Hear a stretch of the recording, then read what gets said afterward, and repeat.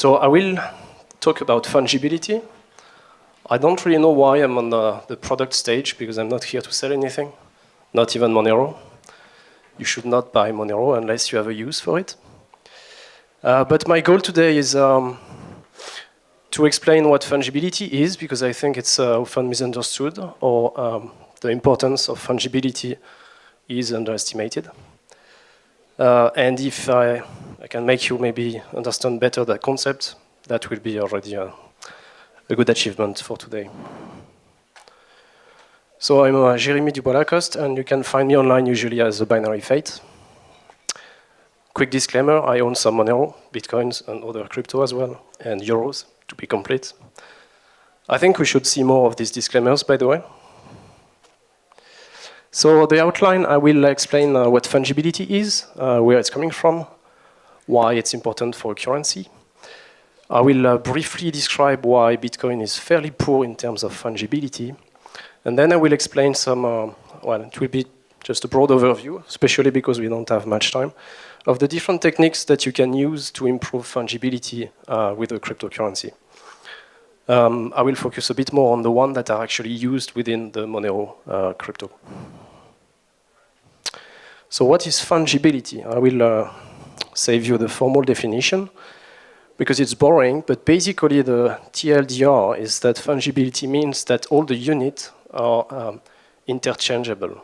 So if you think of dioxygen molecules, you could say they're fungible because you cannot distinguish one from another. If you think about cars or bicycles, they are not fungible because you can always distinguish one because it's different from another. So why do we care about that?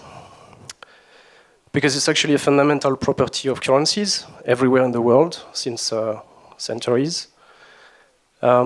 With modern money as we know it, so paper money, it all started in 1749 when there was a famous case between a gentleman named Crawford and the Royal Bank of Scotland.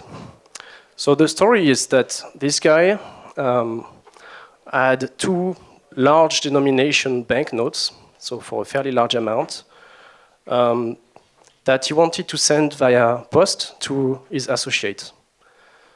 So he was not really confident about the postal system. So what he did was to register the numbers of these two banknotes to make sure that he could track them if he wanted to later on. And he watermarked them, so he wrote his name on them. Then he sent them by post, and they disappeared. They never arrived. So the guy was a bit pissed, and he published articles, or he paid to publish in newspapers what were the serial number of these banknotes, hoping that someone would find them, or that at least nobody could actually use them. And then later on, it turns out that one of these banknotes ended up in the Royal Bank of Scotland. And the guy, the Crawford, was informed of that, and he claimed his money back. But the bank didn't want to give it back because there was a fuzzy chain of ownership, but eventually the banknote was deposited in the bank.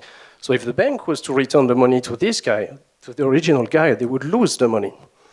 So it went to court, and the judge ruled out that if they actually returned the money to the original guy, it would be such a big friction to the free circulation of banknotes, because everyone receiving a banknote would have to check in the newspapers if the serial number is published by one of the previous owners or not. And it would be such a burden for anyone receiving money that it would be completely against the idea of having paper money. So they ruled against the guy, and the bank kept the note. That set a precedent for centuries, and we still have fungibility in centralized currencies, and this is actually enforced by law. So it means if I loan you 10 euros, and the next week you give me back 10 euros, but it's a different banknote, I cannot complain. I'm forced to accept it, even if it's not actually the same banknote. So what about decentralized currencies? There is nobody that can enforce fungibility by law. And therefore, the fact that two units are interchangeable means that they must be indistinguishable. So it relates closely to privacy, because what you want for coins or tokens to be indistinguishable is that you cannot find out any information about their past history. Otherwise, you can start to distinguish them. So Bitcoin is very transparent. It's not private at all, and therefore it has very poor fungibility. So you get a complete view of the directed graph of all transactions that took place on the blockchain. And you have all eternity to analyze that graph with all the machine learning techniques, all the graph analysis techniques that you want. You also get a lot of metadata that you can attach to the graph of transactions. And you keep getting more metadata in the future. So when people keep using Bitcoin in the next years, you can also find information back about what happened in the previous years, because sometimes suddenly you can attach a name to a wallet, an address, an output, etc. It doesn't matter how careful you are with your own privacy or security, because you can interact with people that are not mindful of that whatsoever, and therefore they will degrade your own privacy, because if it's known that you interacted with them, you're done. Just a side remark that if you claim some forks, such as there was Bitcoin Cash, Bitcoin Gold, all these forks that share a past history, you decrease your privacy as well, because you suddenly link all your outputs together, and you also tend to reveal how many Bitcoins you have, because you send them to an exchange to sell your fork. It's also too transparent, Bitcoin, for many large corporations to use. It's simply much more transparent than the cash that we use today in the legacy financial system. So you don't want your competitor to know who is your supplier, who are your clients, which country you're considering to go to, what's your volume of transaction, etc. It's very, very critical for companies to hide this information from the competition. And so one of my companies is designing blockchain for the financial space, for companies and banks in the financial sector. And they cannot use the Bitcoin technology as is, because it's simply not private enough for doing actual business. So very quickly, everybody exploits Bitcoin transparency. So you have a lot of businesses that are built specifically to do this tracking for you or for any client. You have governments. It's really an ideal way to follow the money when you investigate someone. It's much easier than with cash, actually. And just 2 days ago, we learned that the US OFAC, which stands for Office of Foreign Asset Controls, that's basically the government body that decides that some countries are under some financial sanctions. So US citizens are forbidden to interact with them. So you can think of Iran for a long time, Venezuela now. Sometimes it's also individuals, just to punish some people that are involved in shady activities. And they want to add Bitcoin addresses and Bitcoin outputs to the sanction list, which is a fairly big deal, because what happens if you are not careful and you end up with the hot potato of something that is blacklisted? Then the only way that you have to sell your Bitcoin is to find someone in a shady street somewhere and get a bag of cash, but probably it will be with a huge premium, so your Bitcoins are not worth the same as other Bitcoins. Everyone with an internet connection really can just follow the money, while with the bank system, you need to be part of the law enforcement. You can still see what's happening within banks, but here we are talking about your neighbors, your dentist, whoever. Quickly, fungibility in other coins. Every Bitcoin clones, it's pretty much the same. Not much more to say. Ethereum and its clones, it's even worse, because it doesn't use UTXO-based system, but an explicit representation of amounts. So it's even easier to see what's going on. The rule of thumb really is if the currency is decentralized, and it's not technically indistinguishable between the units, then it's not fungible. So how to improve fungibility? There are different techniques. So-called ZK snarks, zero knowledge proof. There is the Mimble-Wimble approach. There are stealth addresses, ring signatures, and confidential transactions, or ring confidential transactions. So the last three are used by Monero. We'll quickly explain the first two. So zero knowledge proof, that's used, for instance, by Zcash. So basically, you can think of it as a black box where you can send transactions, and later on, you can redeem these transactions out, you can redeem the outputs out of the black box, but nobody observing that can find out which of the input you're actually using. The drawbacks is that it's very resource intensive. So it's very hard to force people to use it in the system because you can't afford to wait a minute before sending a transaction. And it's often, it's getting better, but I think it still requires like 1 gigabyte of RAM just to send a transaction. So as a result, you have very few people that actually use it, and everyone use normal transactions that are not private on the system. And you also need a trusted setup to create this sort of black box. So the trusted setup means that there is like a magical sort of like super important initial private key that if anyone knows, they can create money out of thin air. And nobody can detect that because it would come out of the black box. So when you set up the system, the system needs to use this private key, but then you need to forget about it and ensure that everybody on the planet forgets about this key. And nobody can prove that it's actually completely deleted and that nobody knows it. So it's not really as trustless as a cryptocurrency that would not use trusted setups. The Mimble-Wimble approach is that when you have several transactions, like transaction 1, transaction 2, they eventually end up in a block that consists of a single big transaction with all the inputs merged together and all the outputs merged together. So when you see the block like this, you can't really know which input is actually paying which output. The drawback is that if you listen to the network, you can still see the transactions coming in. It's just that what's written to the blockchain, when the block is mined, you lose the information over which input goes where. The approach used by Monero, we have stealth addresses that provide unlinkability, ring signatures that provide untraceability, and ring confidential transactions that hide the amounts in the transactions. So unlinkability is a term used to describe the following. So this is a linkable case, and below you have the unlinkable case.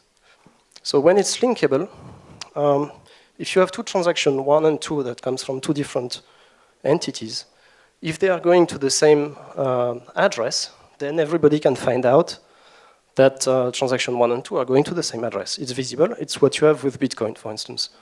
If I give my Bitcoin address to 2 persons and they send me something, it's obvious that these coins are going to the same address and to the same person. What you have when it's unlinkable is that you have these two transactions, but you can't relate them together even if they are actually going to the same party. And traceability is about where the funds are coming from. So again, you have the traceable case and the untraceable case. So this is what happens in Bitcoin, for instance. So when you create a Bitcoin transaction, you explicitly refer to previous outputs that were received in previous transactions. So in this case, let's say that you have some of your address here, or one address, and you received some funds in A, B, and C. Then when you want to send these funds further, you need to say, yeah, I'm actually using the funds that are coming from these specific transactions. When you have the untraceable case, you can't know which funds are actually used in the transaction, even though you know that the transaction is valid. So a simple analogy to think of that is, if you have like a genealogic tree, that very much looks like what happens in the blockchain. You have unlinkability, which means you don't know who are the children of any of these nodes. So in the blockchain context, it means you don't know which inputs are used. And traceability, it means you don't know where the money is going. And traceability, on the other hand, is about where the money is coming from. So you don't know the ancestors, the parents of X, that is any transaction. So stealth addresses, I will not provide any technical details because we don't have the time, but if you're interested in knowing more, we can discuss afterwards. But the idea is an address never appears in the blockchain explicitly. You can think of an address as a generator that people can use to send you money. But using that generator, you can just generate seemingly random destinations that no observer can relate to the address. Okay, so using my address, I can find out if something is coming to me, but any observer cannot make the link between the destinations that are explicitly written in the blockchain and my address. So it means it's pretty powerful. I can put my address on my website or on my professional card. I can give it to many people. And when they send me transaction, nobody knows that it's going to my address, even them.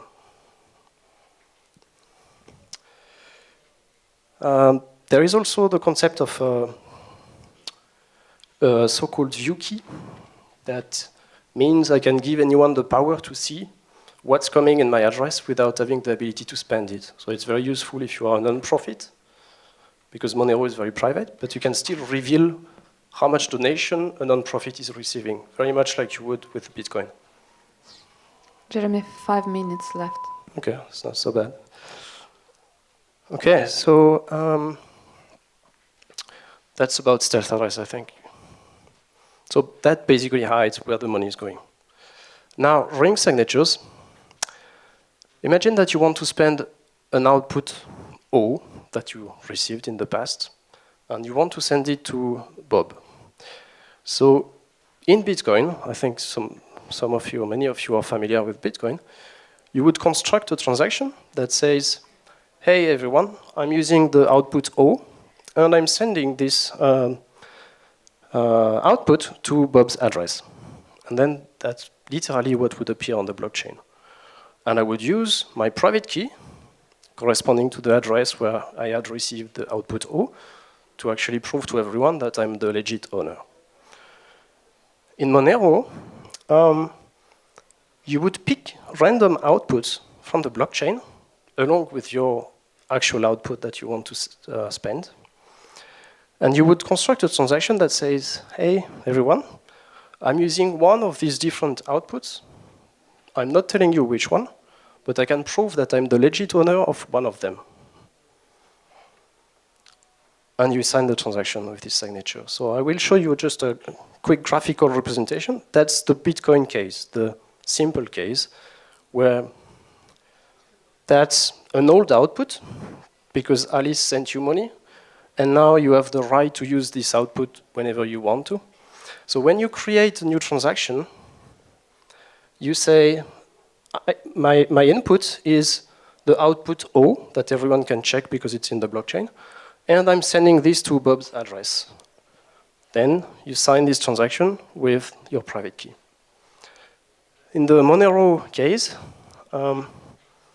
it's similar, except what's important here is, look, the reference in the input, you don't say, I'm using output O. You say, I'm using either output A, or O, or B, or C.